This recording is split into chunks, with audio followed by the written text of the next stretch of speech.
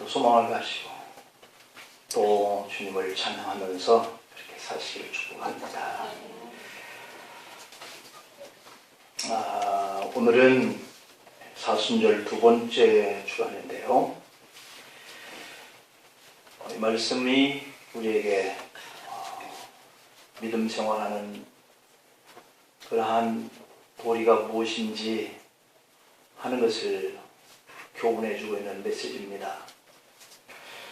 농사 짓는 사람에게도 절기가 있습니다. 그래서 그들이 때를 맞춰야 열매를 거두게 되죠. 우리 성경에도 이렇게 절기가 있어요. 이 절기 중에 바로 이 사순절기를 우리가 보내고 있는데요. 이 절기 때는 우리가 주님을 더 생각하고 또 그 고난이 믿음 생활 가운데 복을지라도 인내하면서 믿음의 경주를 잘 해야 할 그 이유를 발견할 수 있게 되어지는 그러한 기간이 바로 이 사순절기다 이렇게 말할 수 있겠습니다. 절기상으로 보면 지난주 수요일 그러니까 지난주에서 볼 때 그 전주 수요일부터 사순절이 시작이 되었죠. 그래서 3월 31일까지 이 사순절이 계속 되어지는데 오늘이 두 번째 사순절 주일인데요.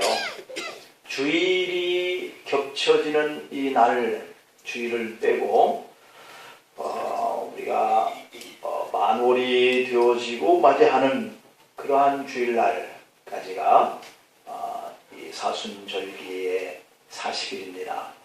그래서 우리가 오늘 이 사순절을 알고 기념하고 지키고 있습니다마는 모든 성도들이 다 알고 지키고 있는 것은 아니기에 오늘 다시 한번 이 사순절에 대한 의미를 우리가 생각해 보고자 합니다.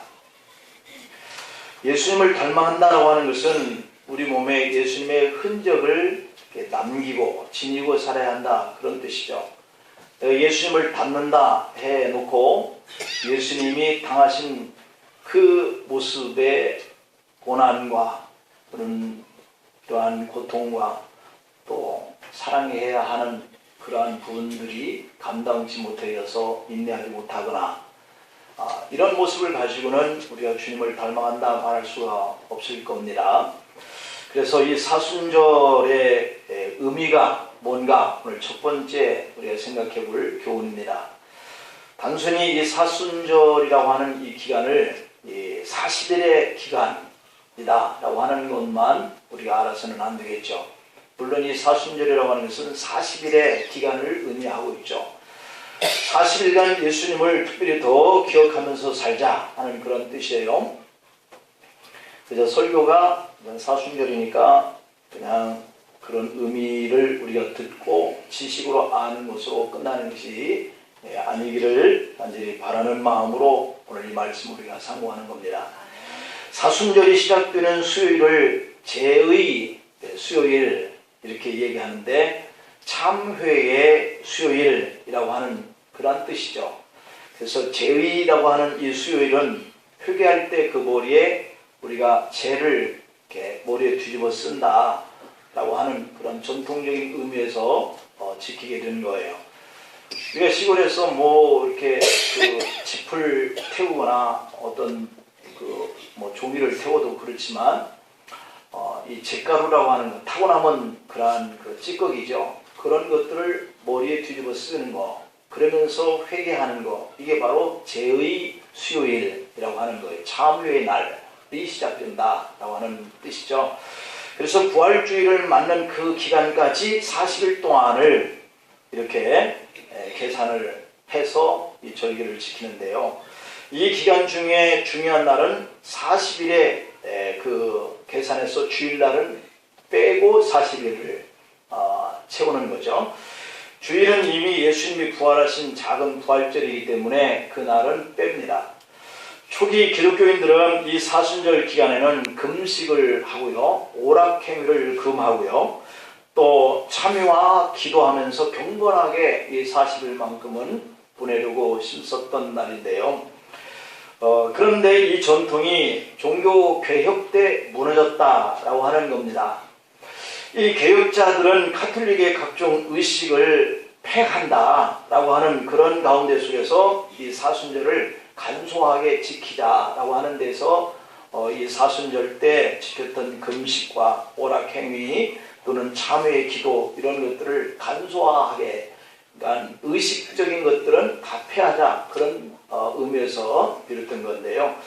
그들의 이런 행위로서의 구원이 아니고 또 이 행위를 통해서 우리가 구원받는다라고 하는 어떤 이 가톨릭적인 의식 이런 것들을 개혁을 하면서 폐지하는 그런 취지 속에서 이런 의미적인 것도 이렇게 같이 많이 생략이 됐다는 것이죠. 그래서 이들이 개혁주의자들이 부르짖는 슬로건은 오직 말씀, 성경의 권위, 무엇성을 인정하자, 이렇게 해서 이런 의식과 행위가 아니라 성경으로 돌아가자, 이런 취지에서 이렇게 종교개혁을 했고요. 그 다음에 두 번째의 그들의 슬로건은 오직 하나님의 주권적인 은혜에 기인해서 죄인들 구원하는 어떤 그런 일을 우리 예수님이 주도하셨고 또 완성시켰다 하는 것을 강조하는 거죠. 그래서 오직 주님의 은혜다, 이렇게 얘기를 하는 거죠. 주님의 은혜를 강조하려고 하니까 우리가 금식하는 거나 어떤 이 사순절기에 뭐 이렇게 그 죄를 뿌리고 회개하는 것처럼 이런 행동을 어떤 의식적으로 보여주는 것이나 이런 것들은 맞지 않다, 이런 차원에서 다 그것들을 생략한 거죠. 왜냐하면 주님이 우리를 구원하여 주시는 주체지, 우리가 이런 것들을 통해서 어떤 구원받은 그런 의식으로 나를 이렇게 드러내는 거, 이런 것들이 있을 수 있겠냐 하는 이런 차원이었죠. 그 다음에 세 번째로는 그리고 오직 믿음이다, 이렇게 말씀한 거예요. 그래서 오직 성경으로 돌아가고 우리가 구원받은 것은 행위가 아니라 오직 주님의 은혜고, 그렇기 때문에 오직 그분만을 믿는 믿음의 그 모습을 통해서 우리가 구원받은 거야, 이렇게 생각을 갖게 되는 거죠.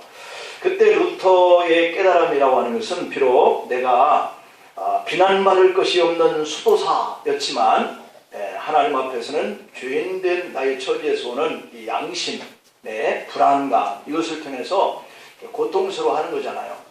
저나 여러분들이 이 교회를 떠나서 한 주간 시작되어질 때에 여러분들의 직장 생활이나 가정 생활이나 또는 관계, 인간적인 문제나 또 언어적인 이런 모습들을 가지고 살면서 왠지 모르게 주님 앞에 내가 참 부끄럽게 산다라고 하는 이런 의식들을 늘 마음속에 가지면서 주님 앞에 올 때마다 불안한 마음이 없잖아 있을 거란 말이에요.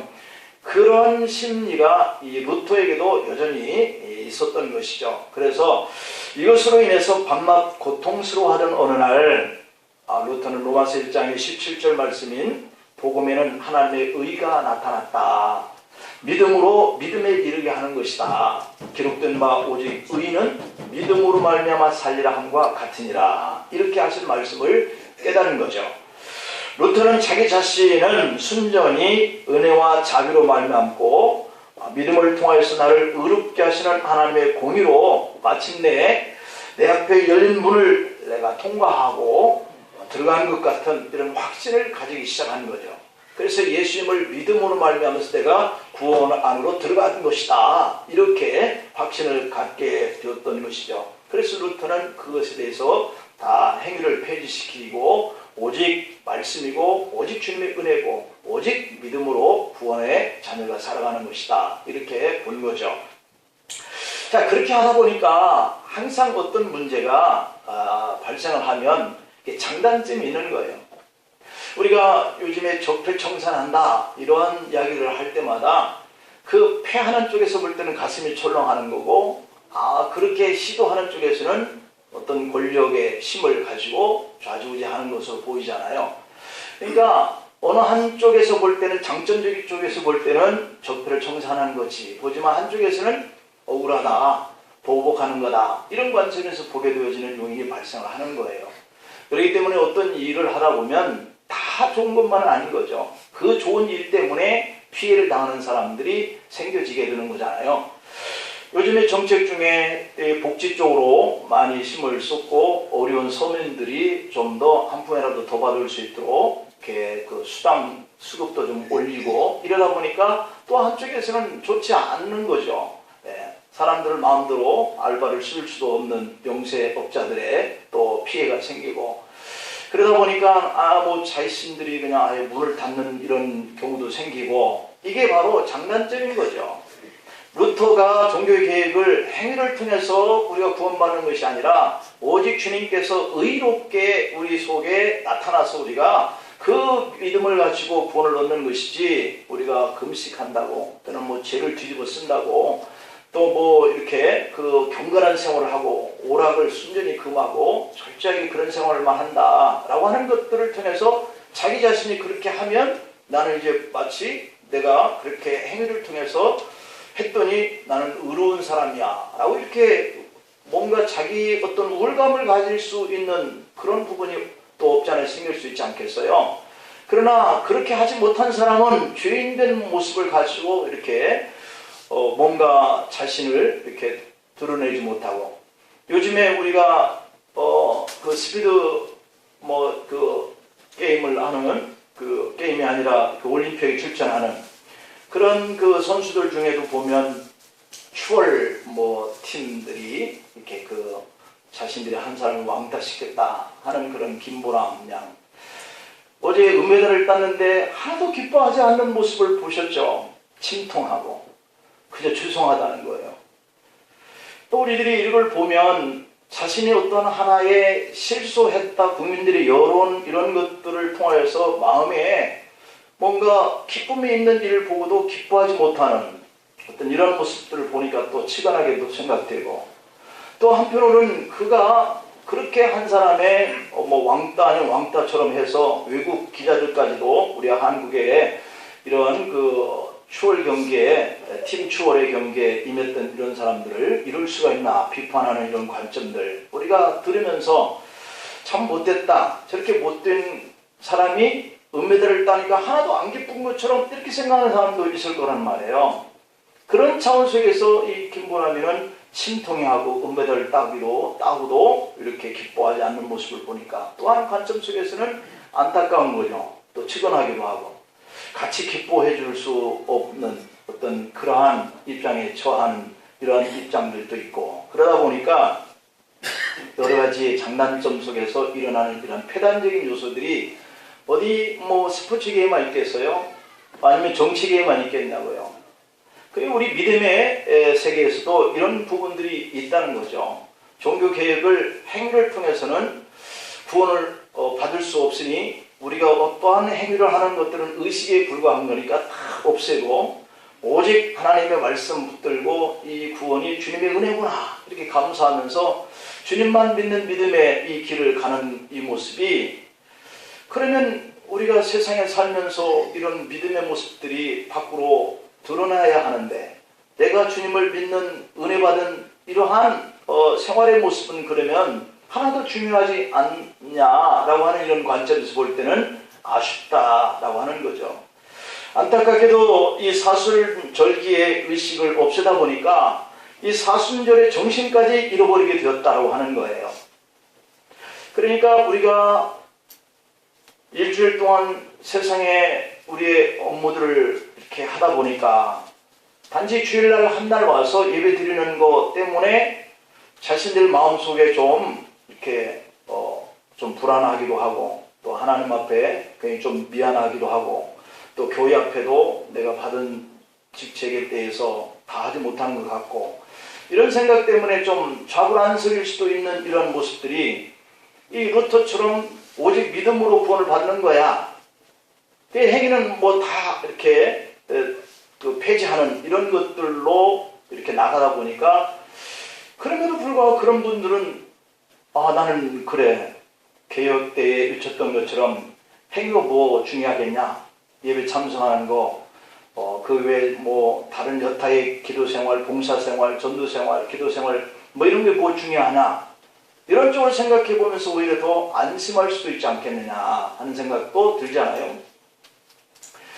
기독교인들에게 사순절은 신앙의 큰 유익이었음이 틀린 것은 아니었습니다. 1년에 365일 중에 40일을 구별하는 그런 의미였기 때문이죠.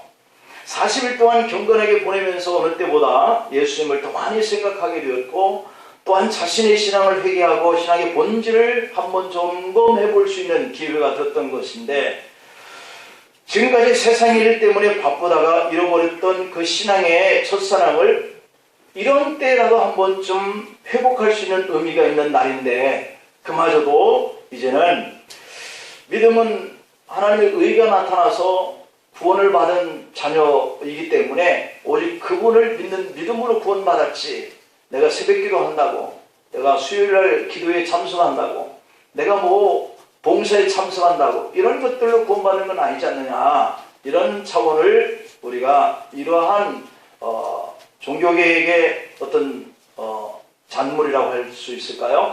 이런 것들로 인해서 내가 오히려 하나님 앞에 나를 돌아보고 내 신앙을 체크해보고 또 다시 한번 경각심을 가지고 나아가는 이런 계기까지도 상실되는 거 아니냐 하는 이러한 생각도 우리가 해볼 수 있는 문제죠.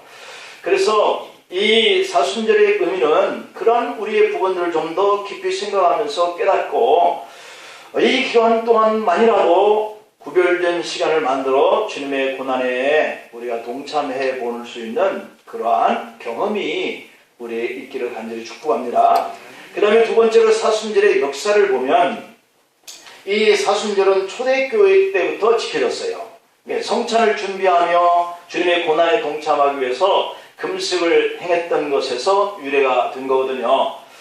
근데 이 기독교 초기의 1세기 동안에는 사순절을 40시간만 지켰다는 겁니다.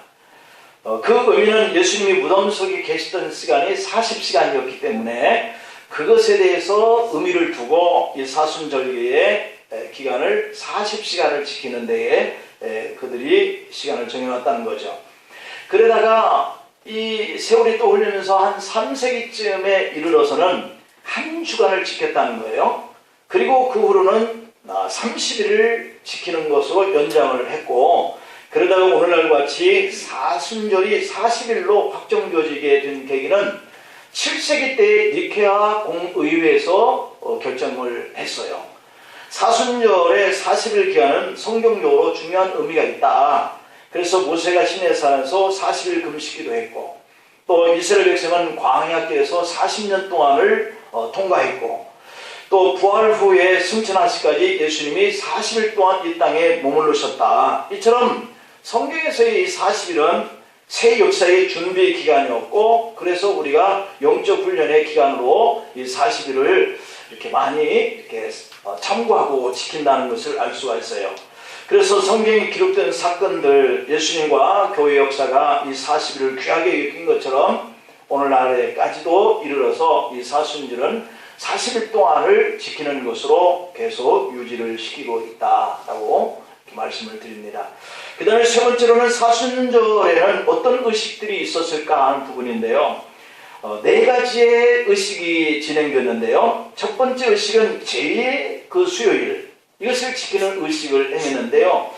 제2의 수요일이 되면은 종려나무를 태웠다고 그럽니다. 그래서 거기서 나오는 재와 숯으로 이마에 십자가를 이렇게 그기도 하고, 또 자신들의 죄에 대한 이 회개의 의식을 삼기도 하고, 나 때문에 주님께서 죽으셨다라고 하는 것을 다시 한번 기억하면서 이 죄를 자신들에게 뭔가 그 고난을 주님이 대신 지고 죽으셨다고 하는 것에 대해서 참여를 하면서 인생이란 참 덧없는 것이다, 한 줌의 재와 같다라고 하는 이런 의미를 생각하게 되었다는 겁니다. 두 번째 의식은 금식이었는데, 사순절의 이 금식은 가장 중요한 의미 중에 하나였어요. 초창기에는 하루에 2끼씩 금식하면서 저녁 한 끼만 먹게끔 허용을 했다는 거죠. 그러니까 아침과 점심을 금식을 했다는 거죠. 그러니까 한 끼 먹던 이 저녁도 육류, 어류 이것은 먹을 수 없었고요. 우유와 달걀로 만든 음식까지도 금지시켰다라고 하는 겁니다. 이것이 8세기가 되면서 규정이 조금 완화가 되었는데, 이후에 14세기, 15세기 와서는 금식 대신에 절식 기도가 행해졌고 안심만 금식을 하게 되어졌다. 이렇게 그 금식이 계속 전해져 오면서 그 지키는 시간들이 이렇게 변해졌던 것을 볼 수 있고요. 그 다음에 세 번째 의식은 절제된 경건 생활이다 하는 건데요. 사순절에는 각종 오락을 금했다. 그래서 연극, 무용, 소설을 읽는 것까지도 금했다고 하니까요. 요즘식으로 말하면 TV나 인터넷, 영화를 금지했다 이렇게 볼 수 있겠죠. 그리고 화려한 옷과 음악도 금지를 했다. 찬양을 부르는 이 찬양가 중에서도 영광송보다는 순환곡을 중심으로 부르게 되었다는 거죠. 그래서 사순절에는 이런 육적인 것을 끊고 예배와 그리고 기도 생활에 전념을 했다. 그 다음에 마지막 네 번째 의식은 구제와 선행을 베푸는 의식을 치렀는데요. 이것이 우리가 마음이 우러나와서 어떠한 계기에 누군가를 돕고 또 베풀고 이렇게 하는 것이 아니라 아예 그냥 의식적으로 이렇게 다 이렇게 공통적으로 이러한 의식을 행하는 거예요. 가난한 자, 병든 자, 고아와 과부를 돌아보는 일, 또 낮은 자리에서 낮은 자들과 마음을 같이 해보는 이런 의식들, 이런 것들을 우리가 들으면서 사순절에는 우리의 선조들이 신앙적으로 믿음을 가지고 이렇게 살면서 이러한 행위들을 의식적으로 사람들 앞에 나타나는 일들을 행했다라고 하는 것을 보면서 오늘 우리들이 이 사순절을 맞이할 때마다 생각하면서 살아가야 할 어떤 기준이 뭔가 하는 것들을 우리가 배울 수 있겠습니다. 그 다음에 네 번째로는 이 사순절에는 어떤 의미가 있나, 크게 두 가지 의미가 있는데 하나는 죽음이라고 하는 것, 그리고 또 하나는 생명이라고 하는 것이 이 사순절에 우리가 믿음 생활하면서 생각해야 할 가장 큰 문제죠. 이 죽음이라고 하는 것은 우리가 잘 아는 것처럼 예수님의 고난의 죽음을 말하죠. 이 예수님의 죽음은 실상은 내가 죽어야 하는 자리에 예수님이 죽었다라고 하는 것이거든요. 죄도 없고 허물도 없으신 예수님이 내 죄와 내 허물을 대신 지시고 죽으셨다는 거죠.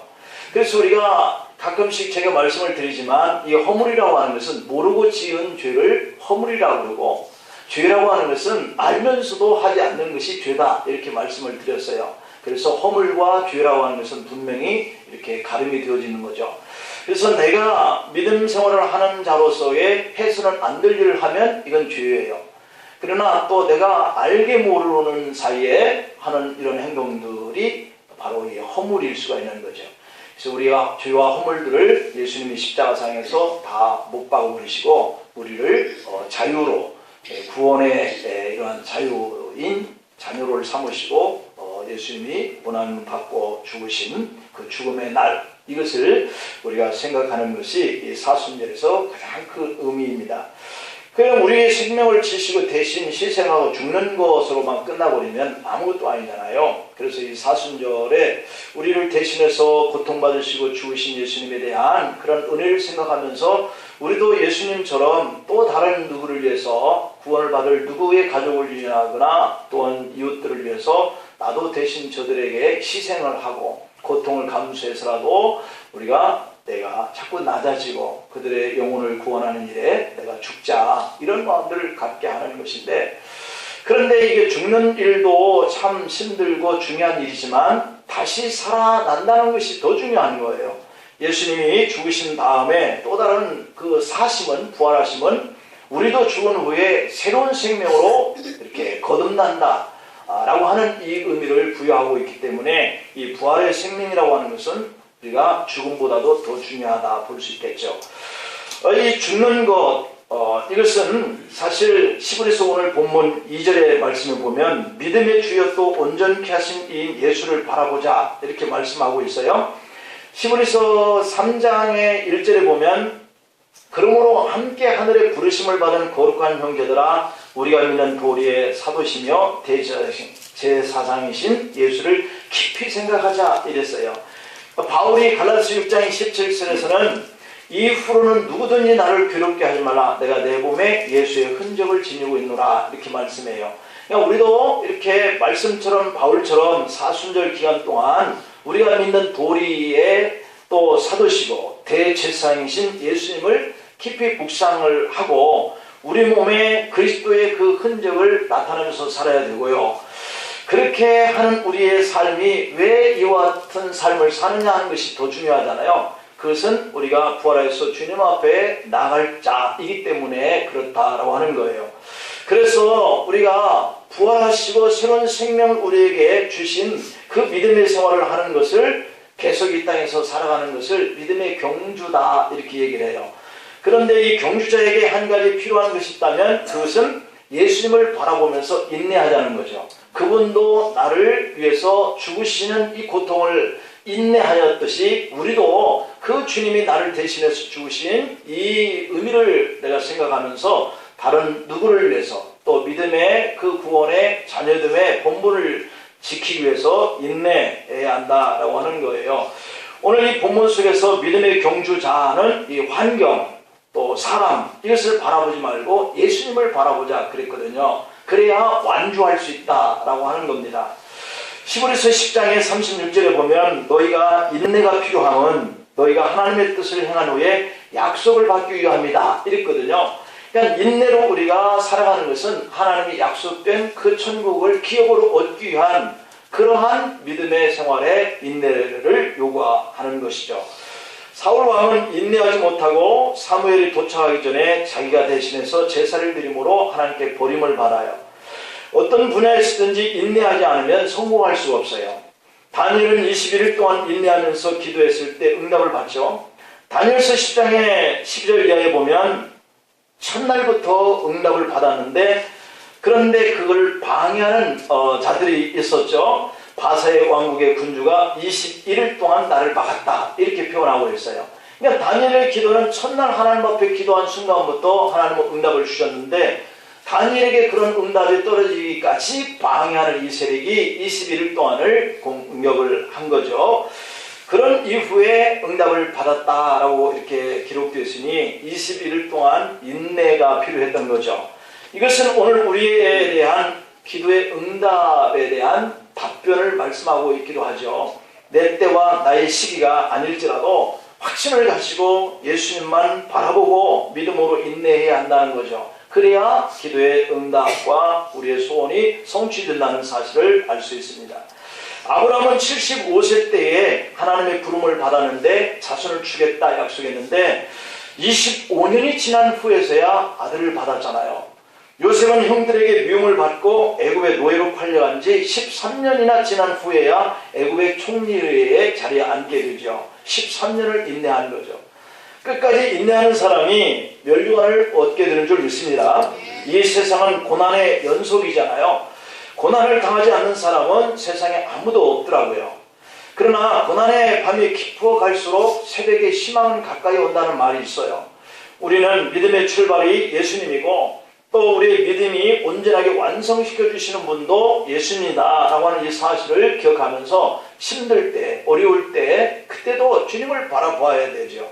그래서 오늘 본문에서 예수님을 바라보자 이렇게 말씀하고 있는 이 뜻은 우리가 죽음이라고 하는 것들이 우리의 환경으로 와서 우리를 힘들게 할 때 그때 죽을 것 같은 그런 환경에서 예수님을 바라보자. 많은 의미가 있죠. 그분은 나를 대신해서 죽으셨는데 아무 죄도 없으신 분이 죄를 다 뒤집어 쓰시고 죽으셨는데 그 생각만 하면 우리에게 힘이 나지 않겠어요?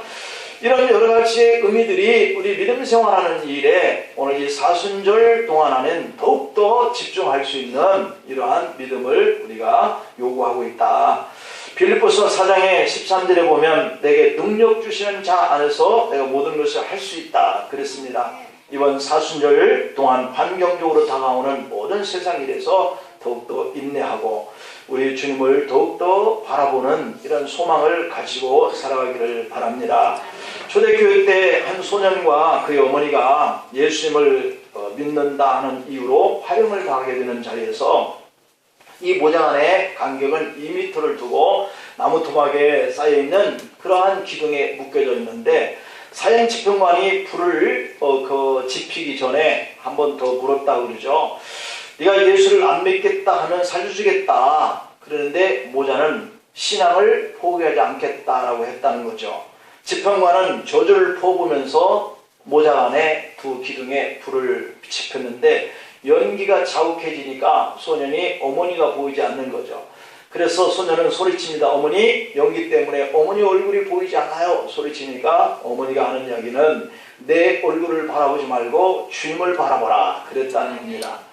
우리가 힘들고 어려울 때일수록 주님을 더 바라보고 우리의 신앙생활에 믿음으로 승리할 수 있기를 축복합니다. 기도하십니다. 아버지 하나님, 특별히 사순절기를 지나면서 믿음의 주님, 온전케 하시는 주님만을 더욱더 바라보면서 나아가야 우리가 승리할 수 있다고 하신 이 말씀을 또다시 붙들고 한 주를 출발합니다. 주님의 은혜가 함께하여 주시고 우리에게 참으로 주님의 그 크신 사랑이 부어진 바 되어진 이러한 믿음의 인내를 가지고 나아갈 수 있도록 축복해 주시옵소서. 예수님의 이름으로 기도하옵나이다. 아멘.